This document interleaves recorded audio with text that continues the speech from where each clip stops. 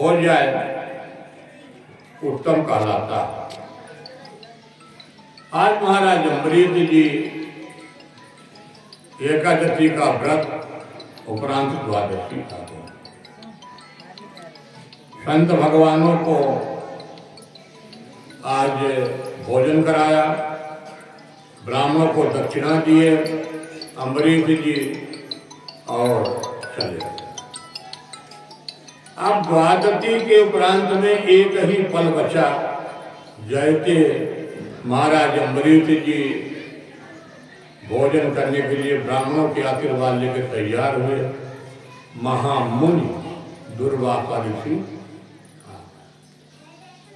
जब दुर्वासा ऋषि आ गए तो हाथ जोड़ करके कहते अम्बरीश जी कि प्रभु चल करके आप भोजन प्रसादी ले लीजिए। दुर्वासा ऋषि का उद्देश्य भोजन करना तो था नहीं, क्योंकि व्रत को खंडित करने का उनका मूल उद्देश्य कहे कि अभी जाकर के मैंने यमुना में स्नान करने जाऊंगा और यमुना के जल में स्नान करने के बाद ही मैं भोजन प्रसाद लूंगा। है ठीक। अब ये यमुना जल में स्नान करने के लिए दुर्वासा ऋषि चले जाते हैं। नहाते नहाते जब देखे कि अब द्वादशी समाप्त हो रही, त्रयोदशी आने वाली है, बड़े असमंजस स्थिति है। निमंत्रण दिया गया कोई साधारण मुनि को नहीं, दुर्वासा मुनि को निमंत्रण दिया गया है। पर यहाँ तो गुरुदेव जी कहते राजन परीक्षित, भक्त से बढ़कर के संसार में कोई बड़ा चीज। तो सभी लोगों ने निवेदन किया कि प्रभु आप क्या करूं। तो सभी लोगों ने जल्दी से उपाय ढूंढ लिया कि बस हाथ में गंगा जल रखिए, तुलसी जल डालिए, शालिग्राम की थोड़ा सा मूर्ति का स्पर्श करा दीजिए, बस व्रत आपको खंडित नहीं होगा। भगवान की चरणामृत ले लीजिए, पुनः चरणामृत ले लीजिए। ठीक। और जैसे चरणामृत लिए वैसे ही दुर्वासा ऋषि टपाक से आ गए। और जब दुर्वासा ऋषि आ गए तो उन्होंने कहा चलिए प्रभु भोजन पानी ले लीजिए। दुर्वासा ऋषि बड़े क्रोधित होकर के और आज अम्बरीश महाराज जी को नष्ट करने के लिए एक कृत्या उत्पन्न कर दिया। जटा उखाड़ जमीन में पटक दिया, कृत्या उत्पन्न हो जाती है और कृत्या उत्पन्न होने के बाद वह राक्षसी कहलाती है। परंतु तब भी भक्त अम्बरीश जी डिगते नहीं हैं और हाथ जोड़ करके उन्होंने खड़े रह जाते हैं। अब जैसे खड़े रहते हैं वैसे आचार्य जी को भोग लगवा दीजिएगा, ताकि थोड़ा रखवा लीजिए, जो आएंगे तो दे देना। अब जैसे कृत्य उत्पन्न हो जाती है तो महाराज अम्बरीश जी खड़े रह गए। भगवान को बड़ा कष्ट गया और भगवान ने अपने सुदर्शन चक्र को वहाँ से भेज दिए। और जैसे भगवान का सुदर्शन चक्र आया, ऐसे आभास हुआ कि जाकर के दुर्वासा ऋषि के शरीर में आग लग गई। दुर्वासा ऋषि त्रैलोक्य में चक्कर लगाते हैं और त्रैलोक्य में चक्कर लगाते लगाते शंकर जी तो कहे बाबा बाहर चलना, मेरे आश्रम में आओगे तो मेरे आश्रम में आग लग जाएगी। ब्रह्मा जी तो पहले ही हाथ खड़ा कर लेते हैं। ब्रह्मा जी ने कहा भैया आप बाहर खतक लो। तो भैया आप कौन जाएं? नारायण के पास दौड़े दौड़े गए तो नारायण ने पहले ही हाथ खड़ा कर लिया। अहम भक्तम पराधीन। भगवान ने कहा कि भाई देखिए ऐसा है कि हम भी पराधीन हैं, हम किसके अधीन हैं। अहम भक्तम पराधीन महित तंत्र विदीज साधुरमनितो भक्ति रमता जन प्रिया। भगवान ने कहा कि भाई मैं भी पराधीन हूँ, मेरे बस का नहीं है। तो लीजिए सरकार, आपका ही सुदर्शन चक्र और आप ही नहीं कर दिए। भगवान ने उपाय बताया। कहा उपाय यह है कि आप यहाँ से चले जाइए, महामुन अम्बरीश महाराज जी के पास जाइए और वही आपके अपराध को क्षमा करेंगे। जाते वहां से दुर्वासा ऋषि साल भर चक्कर लगाए हैं। दुर्वासा ऋषि साल भर चक्कर लगाए, दौड़ते रह गए त्रैलोक्य में। और जब लौट करके आए हैं तो फिर जैसे झुकने लगे तो हाथ जोड़ करके महाराज अम्बरीश जी खड़े हो गए। अरे प्रभु, आप ब्राह्मण और संत, मैं तो क्षत्रिय हूँ। फिर सुंदर भोजन लिए, प्रसादी लिए, दक्षिणा लिए, और दक्षिणा ले करके फिर भगवान का इसी कुल आता है। भगवान के सगर हुए और सगर के कुल में ही इतने लंबे पुत्र हुए कि जिन्होंने सगर के पुत्रों को ही भस्म हुआ कपिल जी के नेत्रों से, और उन पुत्रों को उद्धार करने के लिए कई पीढ़ियां बीत जाती हैं तपस्या करते हैं। वहाँ से आकर के आते हैं भगीरथ महाराज। ये कुल परंपरा का स्तुति का फल। प्रभु राम तो बहुत लंबे पीढ़ी में आते, 24-25वीं पीढ़ी में आते हैं। इतना लंबा सूर्यवंश का कथा सुनाते हैं और सुना करके कथा कहते हैं कि आज महाराज वशिष्ठ जी के पास बड़ी चिंता हो जाती है। महाराज दशरथ जी निवेदन करते हैं कि लगता है सूर्यवंश यहाँ पर समाप्त हो जाएगा। सूर्यवंश समाप्त न हो ऐसा निवेदन करते हैं। उस सूर्यवंश को बचाने के लिए भगवान वशिष्ठ जी के माध्यम से और एक पुत्र कामेष्ट नाम का यज्ञ किया गया। पुत्र कामेष्ट यज्ञ जब किया जाता है, उस यज्ञ में साक्षात अग्निदेव प्रसन्न होते हैं। और यज्ञ में प्रसन्न होने के बाद अपने हाथ से कटोरे में खीर लेके प्रसाद लेके भगवान आए। उसका 3 भाग किया गया। एक भाग, बड़ा भाग माँ कौशल्या को दिया गया। दूसरा भाग में एक कैकेयी माँ और सुमित्रा माँ को, और सारे नियम को बता दिया गया। देवताओं ने भी सोचा कि भगवान अच्छा मौका है, यहाँ पर सूर्यवंश को भी बचाना है, मानव शरीर ग्रहण करना है, राक्षस राज रावण का अंत भी करना है। तो राक्षस राज रावण को भी वरदान मिला था, ब्रह्मा जी ने दिया था, वाल्मीकि में है कि तुम्हारी मृत्यु कब होगी, जब कोई सूर्यवंश में मानव शरीर ग्रहण करने वाले भगवान नारायण मनुष्य योनि में आए, तब राक्षस राज रावण का अंत होगा। तो आज यहाँ देवताओं ने भी योजना बना करके और उन्होंने सोचा कि बड़ा अच्छा मौका है, और इस मौके को उन्होंने भी अपने हाथ से नहीं जाने देना चाहते हैं। इधर आया आपका अब नवमी तिथि मधुमास पुनीता शुक्ल पक्ष अभिजित हरि। चैत्र मास का शुक्ल पक्ष आया, नवमी तिथि आई, अभिजित मुहूर्त आया, ठीक 12 बजे राघवेंद्र सरकार का प्राकट्य हुआ। बोलिए राघवेंद्र सरकार की। ससंग चक्रम तकरीट कुंडलम तपीत वस्त्रम तरतीरुहेचनम गार वक्षस्थल कौस्तवक्त्रे नमामि वृतदुम तीर्था चतुर्भुजमो। माता कौशल्या जी ने भगवान की बड़ी सुंदर स्तुति करती है। माता पुनि बोली तो मति धोली, सजन यह तात रूपा, की जय चित लीला यत प्रियति यह तो परमय अनुपा। इस तरह से माता कौशल्या प्रार्थना करती, प्रभु ये बाल स्वरूप को आप त्यागो, क्योंकि आपने शंख चक्र गदा पद्म को एक एक करके वापस कर दो। भगवान ने एक एक पीताम्बरी को भी वापस कर दिया। तो कहते हैं कि यह पीताम्बरी भी वापस हो गई, शंख चक्र गदा पद्म भी वापस हो गया।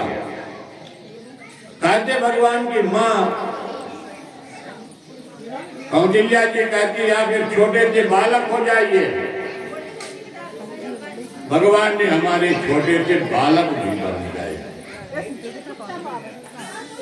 तो सोनी बचन तुझाना रोदन ठाना, वही बालक तुर भूपा, यह चरित जो गावहि हरिपद पावनि ते परहिन भव कोपा।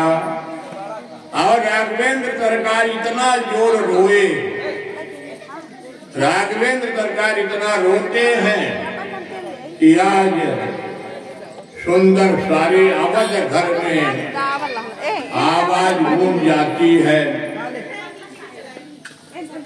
महाराज दशरथ जी को पता चला कि आज हमारे घर में एक बालक का प्रागट्य हुआ है। सभी देवताओं ने आकर के भगवान की सुंदर स्तुति की। आकाश मंडल में भीड़ लग गई। तो नर किन्नर गंधर्व आज भगवान की स्तुति किए हैं। समय कम है, 2 लाइन में स्तुति कर लेते हैं। श्री रामचंद्र कृपाल भजुमन हरण भव भय दारुणम, नव कंज लोचन कंज मुख कर कंज पद कंजारुणम, कंदर प्रय गणित अमित छवि नवलीन नीरज सुंदरम, पट पीठ मानहो तड़ित रुचि सुचि नौमि जनक तुतावरम।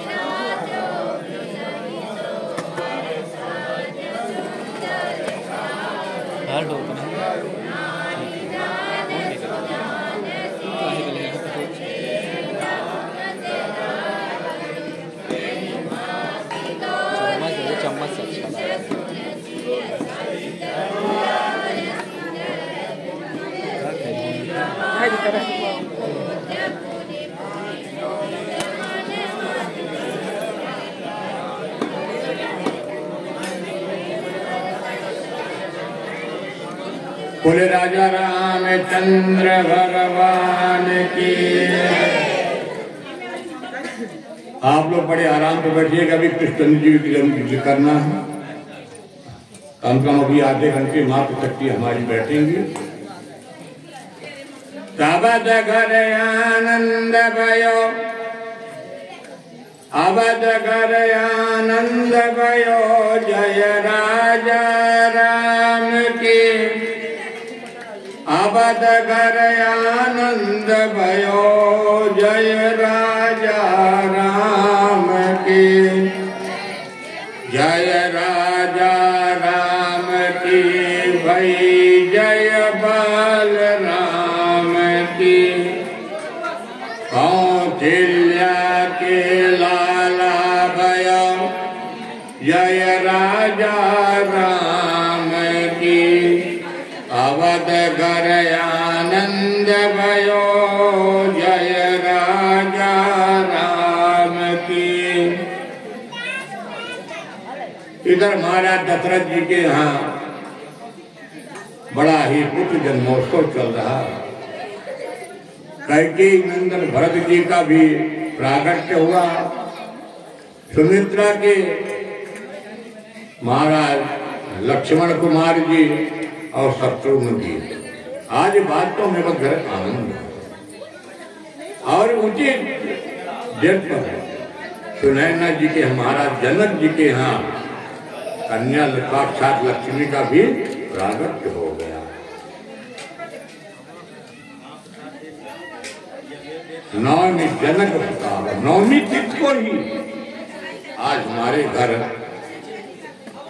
जल्दी से ही बड़ा ही सुंदर भगवान का जन्मोत्सव मनाया गया। वशिष्ठ जी आए, सभी नगरपुरवासी भी आए। आज भगवान का सुंदर जन्मोत्सव मनाया गया। भोलेनाथ भी कैलाश पर्वत से आकर के और सुंदर भगवान का बाल स्वरूप नारायण का दर्शन किया। सुखदेव महाराज जी राजा परीक्षित के शंका समाधान करते हैं। यो लोक वीर तनितो दुरैतम गुंठीता पेंबर गृहेतिष्ठोपनीतम।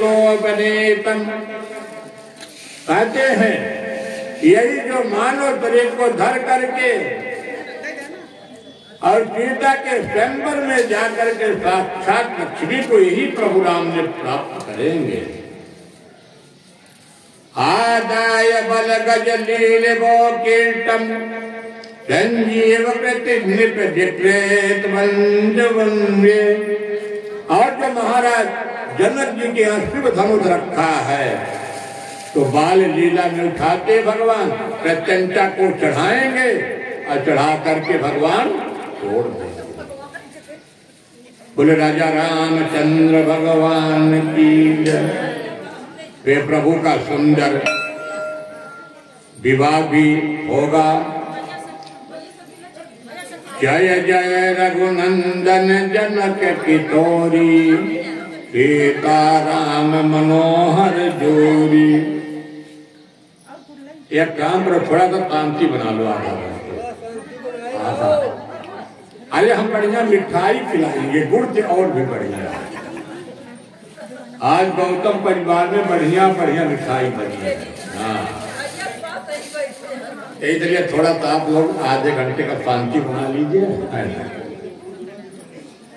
तो जय रघुनंदन जनक की तोरी, सीता राम मनोहर जोरी। वास्तव में विवाह का बड़ा ही मंगलमय जीवन होता।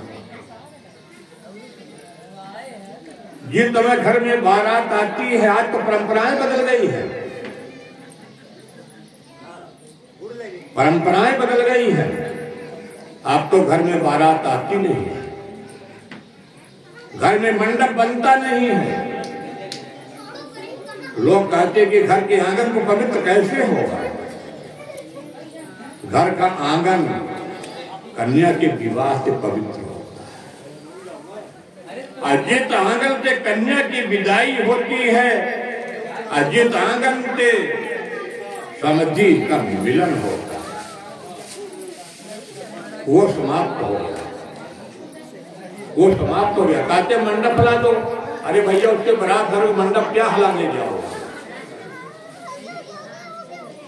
मैं तो नहीं जाता हूँ, मैं तो भैया 3 ब्याह किया हूँ भतीजों का, मैं मंडप हिलाने बुलाने नहीं जाता। मैं सीधे बता दे, मंडप है कहाँ? मंडप यदि कन्या का विवाह घर में करो तो वो जीवन का स्तर चला गया। पर परंपराएं हैं, चलिए कोई बात नहीं, परंपराएं हैं। और बातों में जिस तरह कन्या के उस समय बेला की विदाई होती है, आज महाराज सुनैना जी, महारानी सुनैना जी और महाराज जी जनक जी क्या सुंदर कहते, मनोहर प्रभु राम की विवाह को देखो। तो यहाँ पर बातों में विवाह की जब प्रक्रिया आती है तो सबसे बड़े दानदाता किसको बताया गया है? महाराज जनक जी को। जब महाराज जनक जी कहते हैं तो महाराज चक्रवर्ती राजा भले हैं पर कहते नहीं सबसे बड़ा पिता दानदाता कौन है? कन्या का पिता। यहाँ तो दक्षिणा लेना है। एक तरह से विवाह भी महाराज दशरथ जी बारात लेते गए हैं। जानकी का विवाह राम से हुआ, उर्मिला का विवाह लखनलाल जी से हुआ, मांडवी का विवाह भरतलाल जी से हुआ, रुद्रकीर्ति का विवाह शत्रुघ्न लाल से हुआ। यानी आज जनकपुरी में विवाह का उत्सव मनाया गया, बड़ा ही मंगल गीत हुआ। और कुछ काल के बाद प्रभु राम का राज्याभिषेक की जगह वनवास हुआ। 14 वर्ष प्रभु राम अपने छोटे भाई भरत को ही राजगद्दी सौंप दिया कैकेयी के मांगने पर, और उन्होंने 14 वर्ष चले जाते हैं, अरण्य कांड जाके जंगलों में घूमते हैं। यहीं पे सूर्यवंश की कथा। आइए चंद्रवंश की कथा। चंद्रवंश में वसुदेव और देवकी का विवाह हुआ और वसुदेव जी की 7 पत्नियां थी। अच्छा देखो भाई, एक काम है, आप लोग अपना बंद कर दीजिए, नहीं तो फिर हम ही बंद कर देंगे। एक आधे घंटे का समय हो गया। नहीं नहीं, देखिए आधे घंटे ये हुआ दादी सब, मैं मेरी तो ऊपर नहीं, मैं स्पष्ट कर, मेरा पर ये भगवत कृपा में कथा कर रहा हूँ। मुझे डॉक्टर होना किया, मैं तो इसलिए आज जबरदस्ती आ गया। ये आधे घंटे समय दीजिए, भगवान कृष्ण जन्म की कथा कर ले, फिर जीवन में ये हुआ दादी हमारी सभी हमारी भी है, ऐसा नहीं सब चलता है। बलदेव जी की 7 पत्नियां हैं, कौरवी, रोहिणी, भद्रा, मदिरा, लोचना, इला, देवकी, ये 8 पत्नियां हैं। और देवकी के चंद्रवंश की कथा सुनाते हैं। आज चंद्रवंश की कथा 4था दिन है। महाराज परीक्षित जी को सुखदेव जी कहते हैं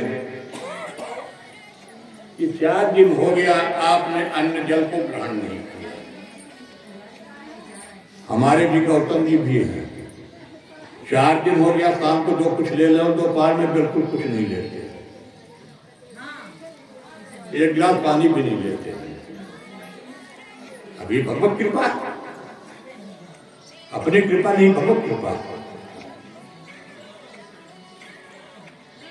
तो आज सुखदेव जी कहते राजन परीक्षित कुछ ले लीजिए, क्योंकि 4 दिन हो गया। सुखदेव जी कहते राजन परीक्षित, पितामह में तमरेत मंगलैर्व्रत पितमंगलै दुरत्ययं कौरव सैन्य सागरं कृत्वा तत्पदम्यतप्लवा। कौरवों के पास कितनी बड़ी विशाल सेना थी, 100 भाई थे,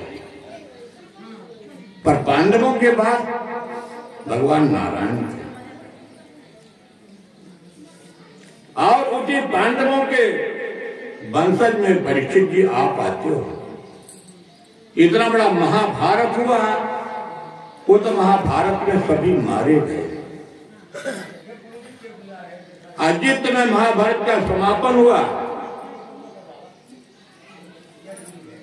अब तो कामा के द्वारा आपके नष्ट करने के लिए मां उत्तरा के गर्भ, क्योंकि महाराज परीक्षित जी के पिताजी का नाम था अभिमन्यु।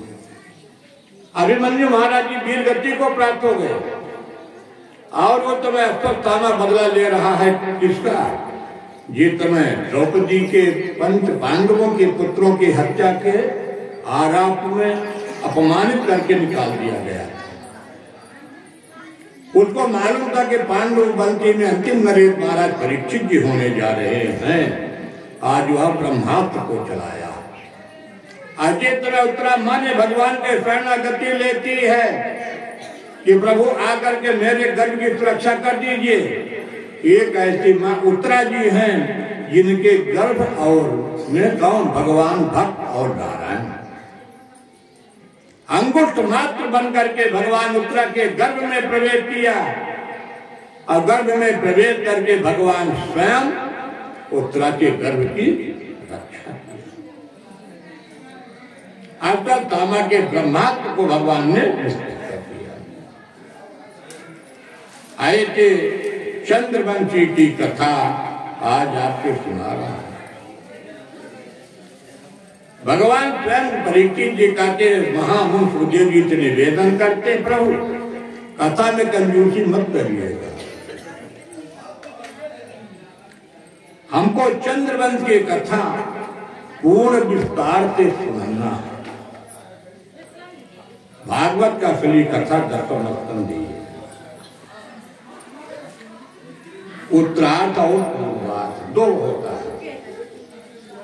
पूर्वार्ध में भगवान की प्राकट से भी प्राकट होगा, जन्म लीलाओं का वर्णन है, लास्ट में कंस का उद्धार, उत्तरार्ध में भगवान का विवाह।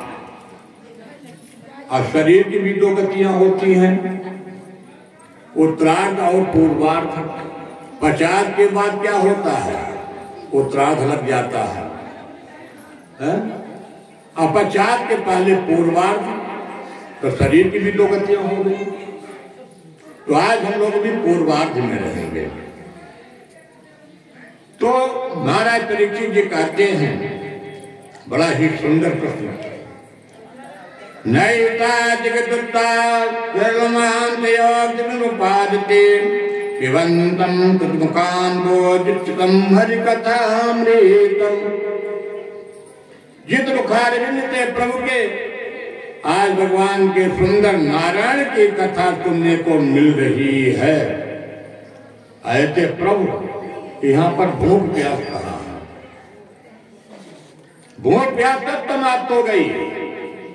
ये शरीर क्या है, यह शरीर पंचभौतिक और जीव का परमात्मा तो मिलन हो जाना। ये तो शरीर यहाँ आया है और एक दिन जाने वाला, ये शरीर है, पर जो जीव है जीव प्रभु को प्राप्त होता है। इसलिए आपके मुखार बिंद से अमृत कथा, और वो अमृत कथा मिल रही है। जो व्यक्ति बढ़िया खोबा का रसगुल्ला छोड़ करके, और जो आजकल रसगुल्ला मिलता है उसको कोई ग्रहण थोड़ी करता, उसको नीचे गिरा देते हैं। रसगुल्ला बढ़िया खाते खोबा वाला, तो भगवान की कथा क्या है सम्यक भविता बुद्ध्यातम राजत्यो दत्तमः वासुदेव कथाया निर्जाता नैष्टकारते। हे प्रभु, युद्ध का मन प्रभु के चरणों में संबंध जुड़ जाता है, या मन का डोर प्रभु के चरणों में जब संबंध जुड़ जाता है, वह पीछे की तरफ लौट करके नहीं आता।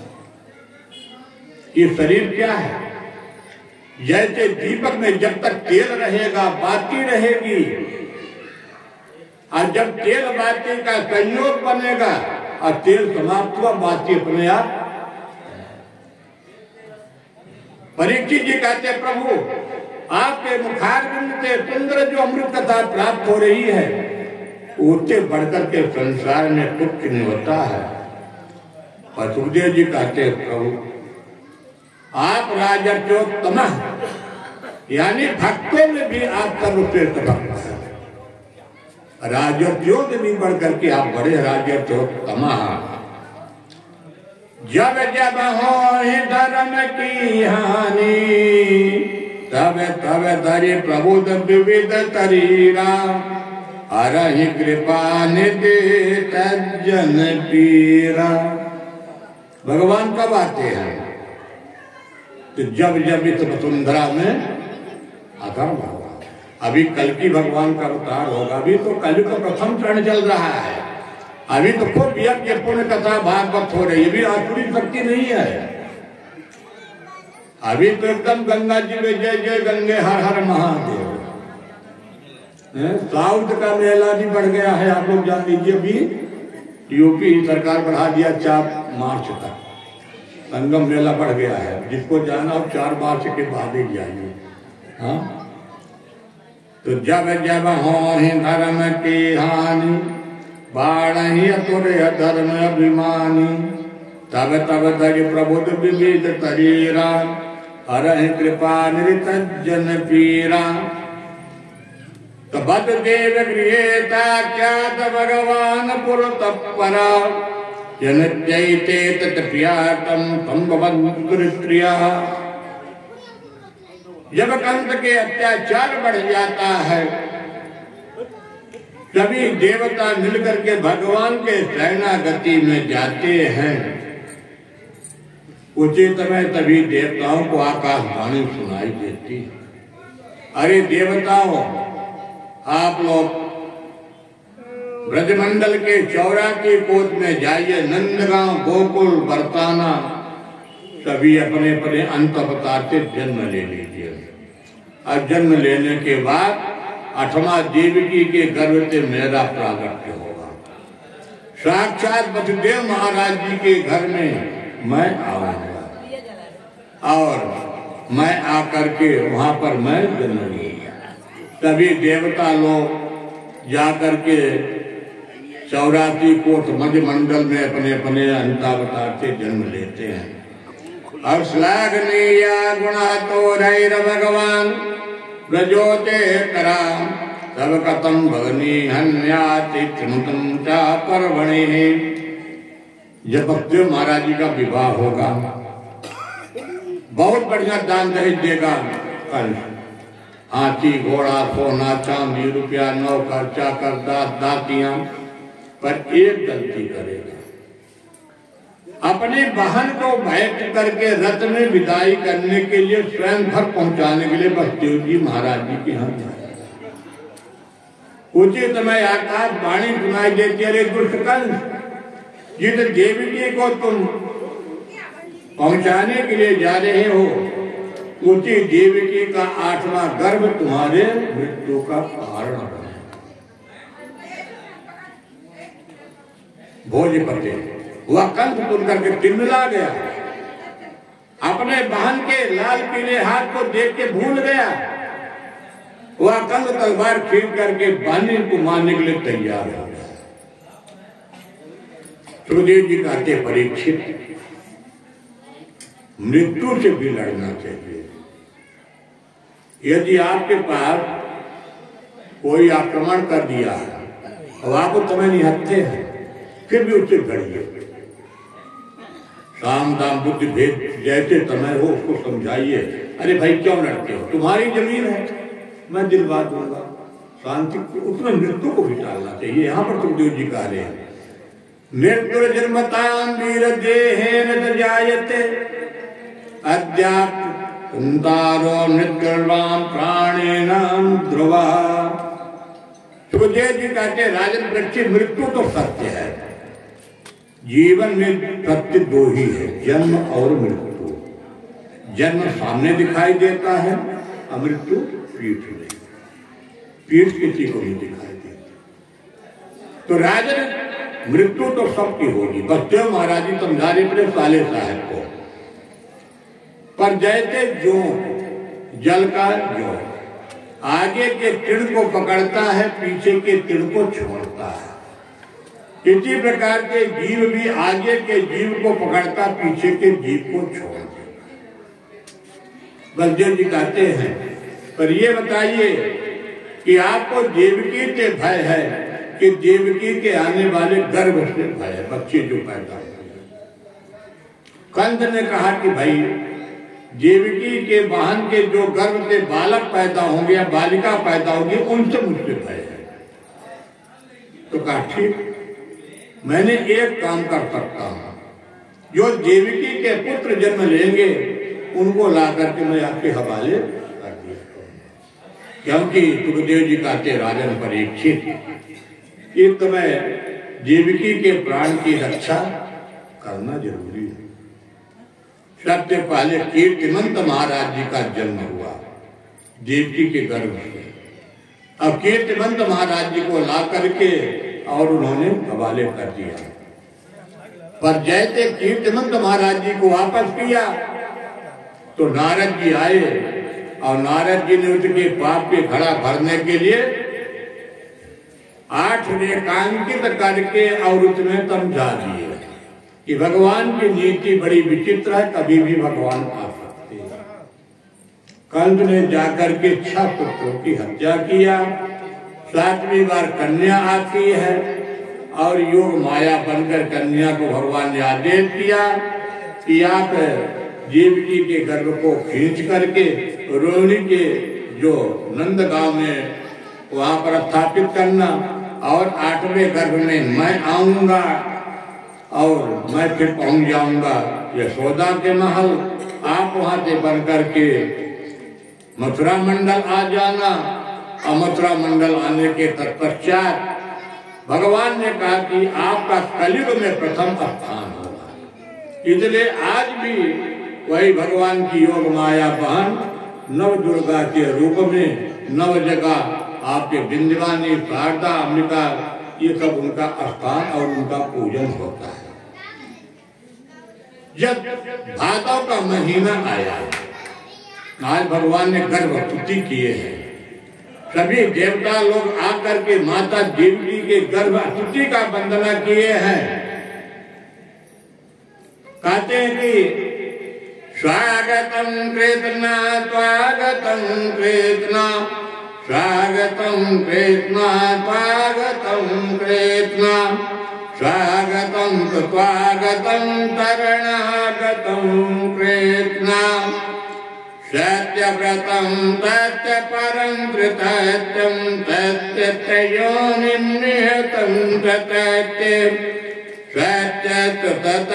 सत्यमृततत्यनेत्रं सत्यात्मकं त्वामतरणो प्रपन्ना। भगवान का गर्भ स्तुति किए। सभी देवता लोग कहते माँ दौड़ने घबराना नहीं, हम लोग आज चारों तरफ से ही आपके रक्षक बनकर के तैयार हैं।